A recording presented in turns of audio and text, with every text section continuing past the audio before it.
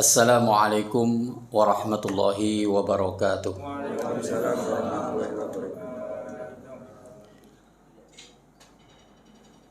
Innal hamdalillah nahmaduhu wa nasta'inuhu wa nastaghfiruh wa na'udzu bihi min syururi anfusina wa sayyiati a'malina. Man yahdihillahu fala mudilla lahu wa man yudlil fala hadiyalah. Ashhadu an la ilaha illallah wahdahu la syarikalah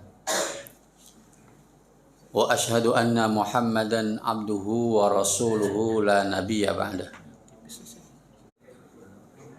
Qala Allah ta'ala ya ayyuhalladzina amanu taqullaha haqqa tuqatih wa la tamutunna illa wa antum muslimun. Wa qala ya ayyuhan nasu taqu rabbakumul ladzi khalaqakum min nafsin wahidah wa khalaqa minha zawjaha wa batha minhuma rijalan katsiran wa nisaa'a wattaqullaha alladzi tasaaluna bihi wal arham innallaha kana 'alaikum raqiba. Allahumma inna nas'aluka ilman nafi'a wa rizqan thayyiba wa amalan mutaqabbala. Raditu billahi rabba wa bil islami dina wa bi Muhammadin sallallahu alaihi wasallam nabiyya. Bapak-bapak jamaah salat subuh yang dimuliakan Allah, bersyukur kepada Allah tabaraka wa taala pagi hari yang penuh berkah insyaallah dan dalam kondisi sehat kita dapat melaksanakan ibadah yang amat agung ini, yang amat mulia di hari-hari yang termulia dan di bulan yang paling mulia, yakni bulan Ramadan. Mudah-mudahan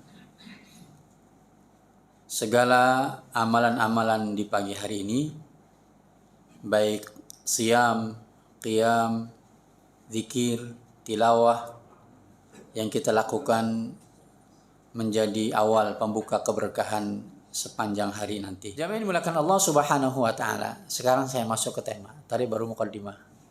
Ya, untuk memotivasi kita. Ini juga ada hubungannya. Karena berbicara uban ini berat. Hah? Iya. Satu helai rambut dibicarakan dalam Al-Quran. Karena para ulama mengatakan tidak ada uban itu satu. Jangan ada persepsi di antara manusia uban saya cuma satu. Yang namanya uban walaupun satu helai tetap uban dikategorikan dalam Al-Quran dan hadis Rasulullah Sallallahu Alaihi Wasallam. Uban ini dikomentari oleh Imam Al-Qurtubi. Uban itu kata Imam Qurtubi akan muncul ketika usia telah sempurna di angka 40. Ketika seseorang sudah masuk 40, kata Imam Al-Qurtubi, dia akan muncul rambut yang berwarna putih. Lebih lanjut katanya, dijadikan usia 60 sebagai akhir dari sebuah alasan. Karena usia 60 sudah dekat dengan kematian. Dan ini ditegaskan dalam hadis Rasulullah SAW, a'maru ummati baina sittin wa salasa wa sittin. Umur umatku ini antara 60 sampai 60 berapa Pak? 63. Umat Nabi SAW. Ya, nyun sewu nih kalau yang sudah di angka. Ya. Itu bonus kata Rasulullah sallallahu alaihi wasallam. Dan yang lewat daripada 60 detik itu sangat sedikit sekali. Ya. Dia sudah dekat dengan kematian. Ya, dengan surga Pak ya, Masya Allah. Usia tersebut saat manusia kembali kepada Allah. Khusyuk. Menyerahkan diri kepada Allah secara total. Masa penantian terhadap kematian dan perjumpaan dengan Allah Subhanahu wa ta'ala. 2 tahun sebelum munculnya, 2 tahun sebelum 60 ini, posisinya di tahun 40, Allah Subhanahu wa ta'ala mengutus seorang Rasul yang bernama Uban. Bernama Uban. Jadi Uban itu adalah utusan. Ya, sebagaimana pendapat Imam Ibnu Hajar Al-Asqalani menafsirkan ayat awalam nu'ammirkum ma yatadakkaru fihi man tadzakkar wa ja'akumun nadhir.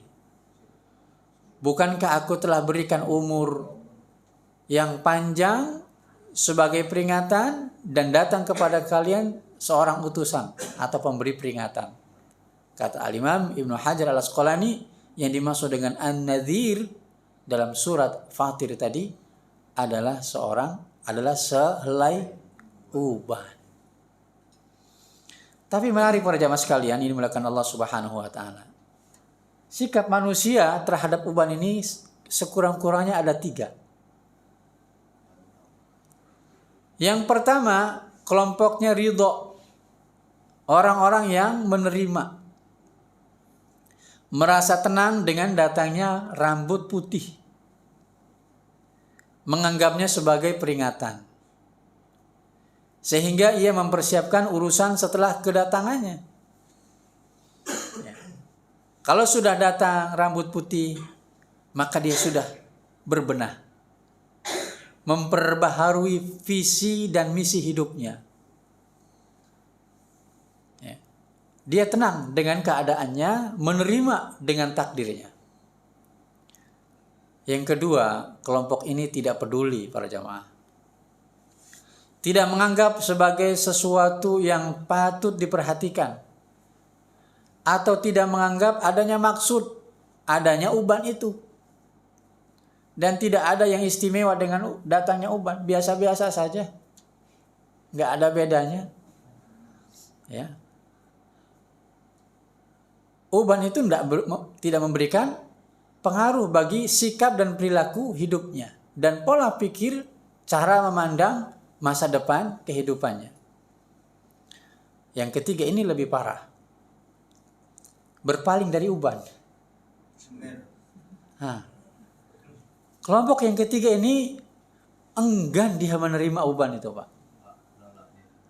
Menolak dia dengan cara apa? Ya. Dengan dicat pakai warna hitam. Nah, kalau warna yang selain putih disunahkan, boleh. Selain hitam. Ya, selain hitam. Bukan putih ya. Putih itu memang uban sendiri. Masa uban dicat putih tambah gede ya. Warnanya warna merah atau warna kuning. Ya. Jangan dicat pakai hitam. Karena ngecat hitam itu sebagai sikap penolakan dia terhadap adanya uban. Malu ketemu dengan teman-teman yang masih muda. Akhirnya dicat pakai hitam. Ya, dia cepat-cepat menyembunyikannya dengan cara mencabut dan menyemirnya. Satu helai dicabut, yang putih dicabut. Ya, disisirin sama suaminya. Ya, Mas kok ini sudah putih, cabut. Ya, karena takut ketahuan tuanya. Jamaah yang dimulakan Allah Subhanahu wa taala. Allah Subhanahu wa taala berfirman, "Awalam nu'ammirkum ma yatadzakkaru fihi man tadzakkar wa ja'akumun nadhir." Tidakkah aku telah berikan umur kepada kalian yang kemudian umur itu bisa menjadi pelajaran.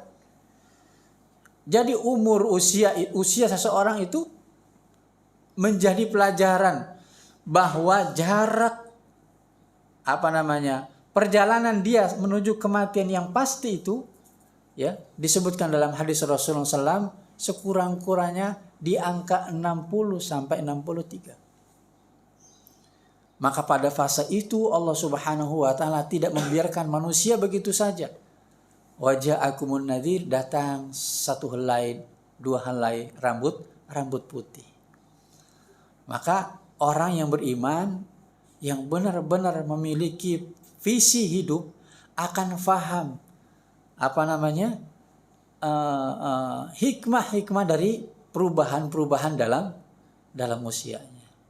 Perubahan rambut menjadi putih, kemudian kulit menjadi keriput, kan gitu ya. Pandangan sudah tidak lagi menembus di jarak 6 meter, ya. Pendengaran pun sudah tidak. Maka fase-fase ini dia jadikan pelajaran. Para jamaah digunakan Allah Subhanahu wa taala bangga dengan uban. Karena Rasul dan Allah Subhanahu wa taala berbicara uban itu bukan hanya sekedar pembicaraan yang tidak ada manfaatnya. Kata Rasulullah SAW, orang yang beruban itu maka ubannya akan menjadi cahaya. Man syaba fil islami, man syaba syaibatan fil islami kanat lahu nurun yaumal qiyamah. Orang yang beruban, ya, semasa dia berislam, maka uban itu akan menjadi cahaya. Jangankan di hari kiamat, Bapak-bapak, di dunia pun sudah menjadi cahaya. Iya, benar nggak Pak? Di antara yang hitam-hitam itu ada yang putih, bercahaya bukan? Cahaya. Maka Allah katakan, kata Rasulullah SAW, ya, uban itu nanti di hari kiamat akan menjadi saksi dan cahaya bagi orang-orang yang beriman. Dalam hadis yang kedua, hadis ini semuanya sahih. Asyaibu nurul mu'min. Uban itu cahaya bagi orang yang beriman. La yashibu rajulun syaibatan fil islami illa kanat bikulli syaibatin hasanah. Tidaklah seseorang itu beruban semasa dia berislam, ya, kecuali uban itu akan menjadi kebaikan. Jadi diberikan pahala satu helai rambut yang putih itu para jamaah sekalian. Kalau kita ngitung, ya, antara yang punya uban dengan yang tidak kalah dengan yang punya uban. Maka banggalah berdasarkan hadis ini. Satu helai uban itu menjadi satu kebaikan. Dan yang kedua kata Rasulullah SAW, wa rafa'a biha darajah. Allah Subhanahu wa taala akan mengangkat derajatnya. Sekurang-kurangnya senior.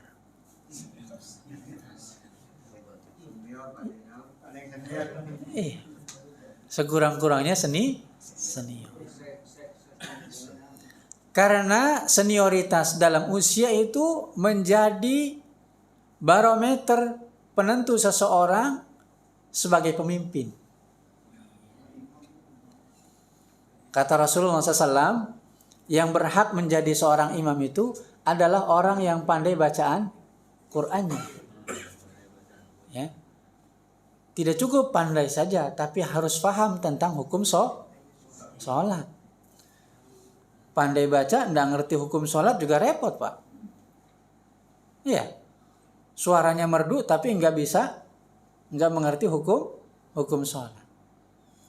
Kalau ini sama, maka kata Rasulullah, lihat kompetensinya dalam ilmu hadis. Kemampuan dia dalam ilmu hadis. Kalau yang kedua ini sama, maka lihat siapa di antara mereka yang pertama kali hijrah. ya, yang pertama kali hijrah. Kalau ini sama, maka lihat yang terakhir. Siapa yang paling tua? Yang banyak ubannya. Sebab yang namanya usia ini nyaris tidak bisa sama. Harinya sama, tapi jamnya berbeda. Jamnya sama, bisa menitnya berbeda. Menitnya sama, bisa detiknya yang berbeda.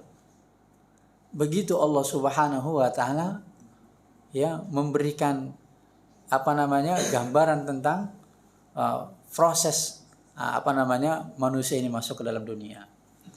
Menjadi barometer, menjadi kompetensi seseorang menjadi imam. Jadi orang yang sudah berambut putih adalah orang yang paling layak untuk menjadi pemimpin. Nanti di dunia, di akhirat akan diangkat oleh Allah Subhanahu wa taala derajatnya. Baik, para jamaah yang dimuliakan Allah Subhanahu wa taala. Sebab kenapa uban itu muncul? Ini tinjauan secara ilmiah. Sekali lagi karena ini tema yang juga sangat penting. Para ulama meneliti. Kenapa uban itu muncul selain faktor U tadi? Yang pertama, sebab munculnya uban itu karena rasa takut ya yang berlebihan. Bahkan takut munculnya uban akhirnya dia muncul. Ya. Imam Al-Munawi berkata, rasa ketakutan akan mewariskan uban sebelum saatnya. Psikologi yang terus selalu dirundung rasa takut itu akan menyebabkan seseorang cepat beruban. Digambarkan dalam Al-Qur'an surat Al-Muzammil. Wa kaifa tattaquna in kafartum yawma yaj'alul wildana syiba. Gimana Anda bertakwa kepada Allah di hari di mana anak kecil yang baru lahir itu sudah bisa beruban? Ya. Kenapa bisa beruban kata Ibnu Katsir? Anak-anak pada saat itu beruban karena saking takutnya, dahsyatnya detik-detik hari kiamat itu. Jadi karena yang baru lahir sebelum kiamat itu terjadi, dia akan cepat tua, kemudian cepat beruban. Dan perubahan zaman ini sangat drastis para jamaah sekalian yang dimuliakan Allah. Sekarang aja kita melihat perubahan yang sangat luar biasa. Percepatan teknologi dan aktivitas seseorang yang tidak bisa dibendung. Persoalan begitu cepat dan kompleks terjadi. Dan kalau kita berbicara tentang hadis-hadis akhir zaman, pembahasan tentang akhir zaman, itu sangat luar biasa. Makanya ujung daripada hari kiamat itu sampai anak yang baru lahir langsung beruban karena saking takutnya. Karena saking dahsyatnya. Jadi kalau orang yang dirundung selalu rasa takut itu akan memunculkan uban. Yang kedua para jamaah yang dimuliakan Allah, karena kelelahan, faktor lelah. Dulu pernah dialami oleh Salahuddin Al-Ayyubi ketika dia berjibaku melawan kaum salib yang menguasai Baitul Maqdis. Salahuddin Al-Ayyubi jenderal, panglima di antara tentara-tentara pada saat itu, ya, berupaya mengembalikan Baitul Maqdis itu ke tangan umat Islam. Siang malam dia berpikir, siang malam dia berperang, sampai dia mengatakan, saya tidak terasa uban ini sudah keluar banyak. Akhirnya dia berhasil mengembalikan Baitul Maqdis ke tangan orang-orang Islam. Yang ketiga, faktor yang ketiga para jamaah, kurang kasih sayang dari pasangan. Kurang kasih sayang dari pasangan. Pasangan yang tidak harmonis akan membuat pasangan yang lain beruban sebelum waktunya. Mohon maaf, Ya, setiap hari diomelin sama istri. Atau sebaliknya bertengkar tidak ada hentinya.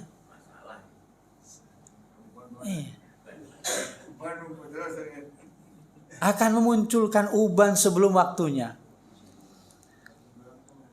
Ada doa Nabi Daud alaihissalam tentang ini. Dia berdoa kepada Allah, Allahumma inni a'udzubika min malin yakunu alayya fitnah wa min waladin yakunu alayya wabalan. Ya Allah, aku berlindung kepadamu dari harta yang menjadi fitnah, dari anak yang menjadi bencana. Tidak sedikit harta menjadi fitnah, kemudian anak menjadi bencana. Wa min imra'atin as-su'i tuqarribu syaiba qabla al-masyib.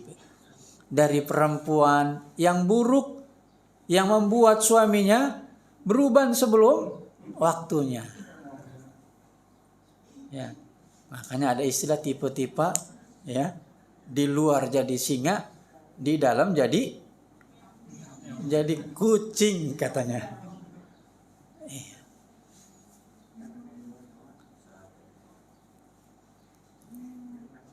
Jadi kata Rasulullah SAW berlindung kepada istri yang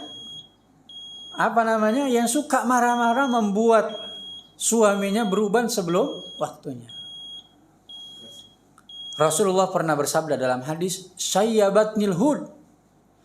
Beruban saya ini, seakan-akan saya ini beruban kalau membaca surat Hud. Karena surat Hud itu berbicara tentang dahsyatnya kekafiran dan orang-orang yang memerangi umat Islam. Itu psikologi yang dirasakan oleh Rasulullah SAW ketika membaca pesan-pesan dalam Al-Quran, ya, sampai kemudian seakan-akan berubah.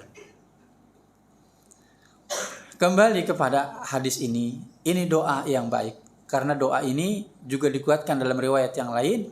Sekurang-kurangnya seseorang berdoa kepada Allah agar diberikan pasangan yang baik, sehingga pasangan itu tidak membuatnya beruban sebelum waktunya.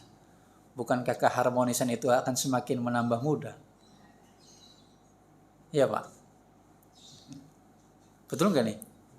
Betul. Karena semakin perjalanan hidup itu semakin panjang, maka dibutuhkan tenaga yang ekstra, kesabaran yang prima. Ya. Kemudian yang ketiga, kata Rasulullah, kata Nabi Daud alaihissalam, wa a'udzubika min jarin su'in tar'ani 'ainahu wa tasma'uni udhunahu. Dari tetangga yang buruk, yang suka memperhatikan, ya, matanya itu melototin, telinganya itu terus ngawas, mengupingin gitu ya, mendengarkan. Melototin apa? Kalau ada yang baik dia tutup, kalau ada yang buruk dia sebar. Ini tipe tetangga, ya. Segala keburukannya dicemarkan, tetapi kebaikannya yang banyak itu disembunyikan, seakan-akan tidak memiliki kebaikan. Topik yang paling hangat untuk dibicarakan itu adalah membicarakan tetangga. Apa yang dibicarakan? Gibahnya. Coba, ya, mohon maaf nyun sewa nih, biasanya nih ya, ibu-ibu kalau udah bapak-bapaknya sudah pergi ke kantor, ya, jam 9 masuk, udah kumpul-kumpul di bawah pohon, ngerujak. Ngapain Pak? Ya, ngerujak gitu kan? Ya, ngerujaknya nggak seberapa, yang dibicarakan luar biasa. Tetangganya. Iya. Ya, sebenarnya kalau bicara ghibah bukan ibu-ibu doang, bapak-bapak juga banyak kadang-kadang. Iya. Makanya tidak bisa dibedakan antara perempuan dengan laki-laki kalau permasalahan ghibah. Ya, karena di sini ada ibu ya. Nah, saya harus mengimbangin karena ibu-ibu juga pengen apa namanya.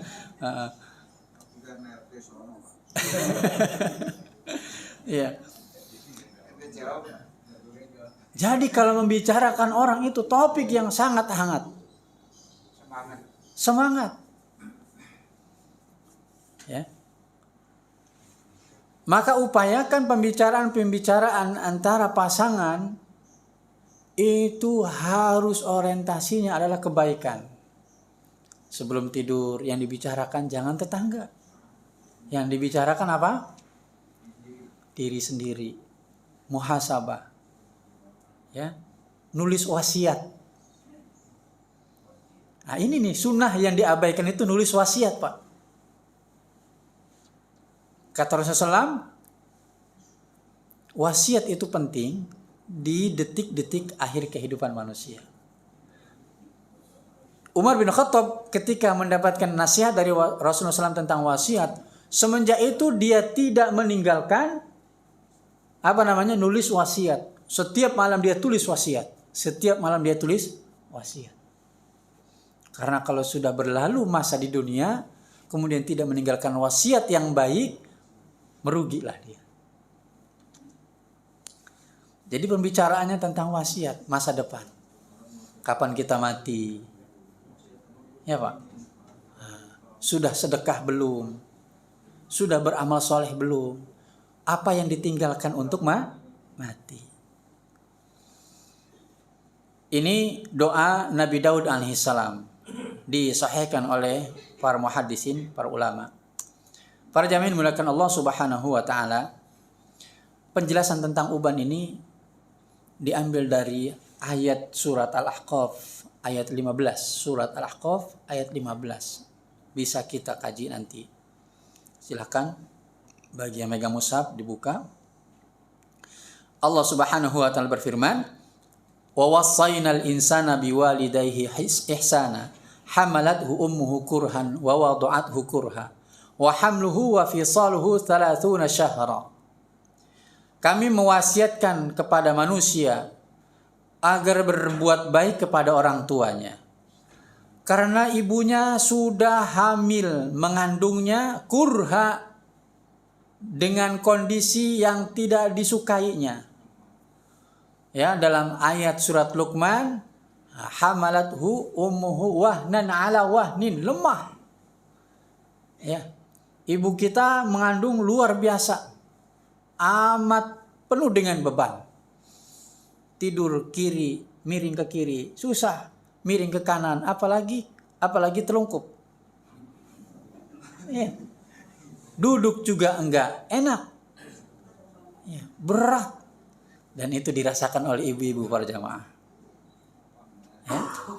Digambarkan dalam ayat ini, wa wada'athu kurha. Semasa dia menghamil, semasa dia mengandung, berat, begitu mau dilahirkan tantangannya antara hidup dan mati. Wa hamluhu wa fisaluhu, setelah itu perjalanannya dia harus menggendongnya, mengasuhnya, kemudian sampai dia masa menyapihnya. Salasuna syahros, sepanjang 30 tahun. 30 bulan. 30 bulan. Berapa tahun, Pak? 2 tahun kurang lebih ya. Hatta idza balaghahu wa balagha ashuddahu wa balagha 40 sana, sampai anak ini sudah mencapai usia dewasa dan mencapai usia 40, qala rabbi auzini, hendaknya dia berkata, ya Allah, karuniakan kepada saya an ashkura ni'mataka, untuk mensyukuri nikmatmu, allati an'amta alayya, yang telah engkau berikan kepada saya, wa ala walidayya, juga kepada orang tua. Kalau orang tua masih ada, itu nikmat besar. Di mana usia sudah mencapai 40, orang tua masih ada, peluang yang amat besar yang Allah berikan. Wa an a'mala salihan tardah, dan untuk melakukan amal saleh yang kau ridhai, wa aslih li fi dzurriyyati, perbaikilah di keturunan saya, inni tubtu ilaik, saya bertaubat kepadamu, wa inni minal muslimin, saya kembali dan berserah diri kepada Allah Subhanahu wa taala. Jadi dari ayat tadi, sekurang-kurangnya yang harus dilakukan oleh orang yang sudah usianya 40. Yang pertama berdoa kepada Allah, agar menjadi orang yang pandai bersyukur. Karena usia 40 itu perjalanan yang luar biasa. Kalau sudah mencapai 5, mencapai 6, itu amat luar biasa lagi. Apa? Berarti dia sudah menikmati perjalanan hidup ya yang sangat panjang. Seakan-akan sempurnalah nikmatnya. Ya. Nikmat merasakan ini sudah, itu sudah. Ya, mulai dari A sampai Z pengalaman hidup itu sudah dirasakan sekurang-kurangnya dalam kurun 40. Maka tidak ada yang patut dibanggakan kecuali harus berharap kepada Allah agar dijadikan orang yang pandai bersyukur. Yang kedua, diberikan kemudahan untuk melakukan akselerasi amal soleh. Ya, akselerasi amal soleh itu dimulai di tahun 40. Di tahun 40. Rasulullah SAW itu diangkat menjadi seorang Rasul di usia 40 karena kematangannya dalam berpikir, kematangannya dalam fisik, kematangannya dalam mengatur emosional.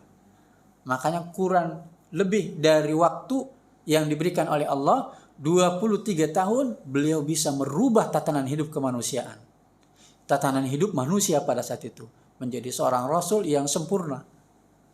Merubah manusia dari keterbelakangan menjadi manusia yang sempurna. Maka ketika di usia 40 ya menuju 60, nah ini adalah masa-masa emas. Yang ketiga, memperbaiki pendidikan keluarga. Wa aslih li fi dzurriyyati. Ya, kita paham bahwa anak adalah aset. Tanggung jawab pendidikan ya ada di antara kita semuanya.